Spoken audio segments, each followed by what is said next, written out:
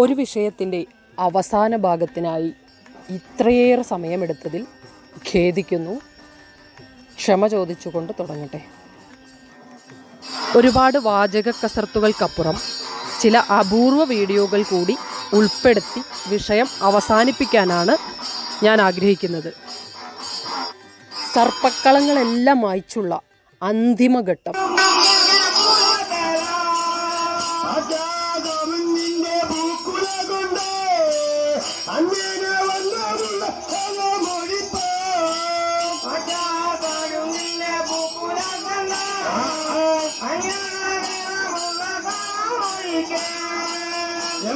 കൊണ്ടുപോയി കൂടിയിരക്കണ്ടേ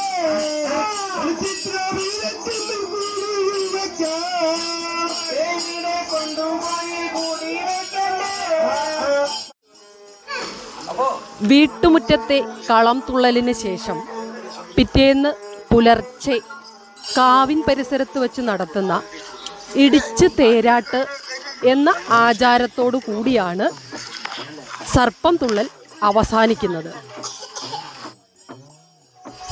ഇടിച്ചു തേരാട്ട് എന്ന പേര് സൂചിപ്പിക്കുന്നത് പോലെ തന്നെ നാഗങ്ങൾക്ക് ഏറെ പ്രിയപ്പെട്ട മഞ്ഞളിനെ ഇളനീർ മിശ്രിതം ചേർത്ത് ഉരലിലിട്ട് ഉലയ്ക്ക കൊണ്ട് ഇടിച്ച് പുള്ളുവാതി സംഗീത അകമ്പടിയോടെ സ്ത്രീജനങ്ങളാൽ ആടിത്തിമിർക്കുന്നത് തന്നെയാണ് ചടങ്ങിൻ്റെ സവിശേഷത. ഞാൻ മുൻപ് സൂചിപ്പിച്ച അത്യപൂർവമായ ഒരു കാഴ്ച ഇതാണ്. സർപ്പം തുള്ളലിൽ എല്ലായിടത്തും കാണാവുന്ന ഒരു ചടങ്ങല്ല ഇത്. വളരെ അപൂർവം ചിലയിടത്ത് മാത്രം കാണാൻ സാധിക്കുന്നത്. പലയിടങ്ങളിലും കളംതുള്ളലോടെ അവസാനിക്കുന്ന സർപ്പം തുള്ളലിൽ നിന്ന് വ്യത്യസ്തമായി ഈ ചടങ്ങിൻ്റെ ഐതിഹ്യമഹിമ കൂടി പറയാം. തലേന്ന് കളത്തിലേക്ക് ആവാഹിച്ചു കൊണ്ടുവന്ന നാഗദൈവങ്ങളെ തിരികെ സ്വപ്രതിഷ്ഠകളിലേക്ക് പൂർവാധികം സംതൃപ്തരാക്കി മടക്കുന്നു എന്നതാണ് ചടങ്ങിൻ്റെ ഐതിഹ്യമായി കണക്കാക്കുന്നത്. പൂജാതി കർമ്മങ്ങളെല്ലാം ഹൃദ്യസ്ഥമാക്കിയ കുടുംബത്തിലെ കാരണവരും തുള്ളലിൻ്റെ പരികർമ്മിയുമായ ആളെയാണ് നിങ്ങള സ്ത്രീജനങ്ങൾക്കൊപ്പം ഉരലിൽ ഇടിക്കുന്നതായി കാണപ്പെടുന്നത്. തുള്ളിയാടിയ സ്ത്രീജനങ്ങളെ എല്ലാവരെയും തന്നെ കളത്തിലിരുത്തി ഉഴിഞ്ഞിറക്കുന്ന പതിവ് കൂടിയുണ്ട് അവസാനം.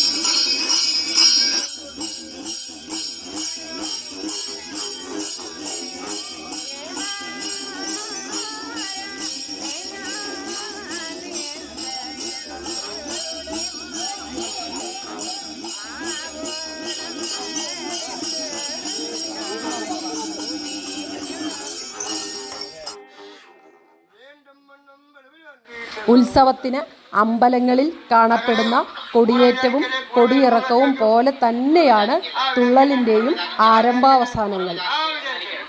മണിപ്പന്തലിന് മുകളിൽ ചുവന്ന പട്ടിനെ വിധാനിക്കുകയും തുള്ളൽ സമാപ്തമായതിനു ശേഷം അതിനെ ഇറക്കി വയ്ക്കുന്നതുമാണ് ചടങ്ങ്.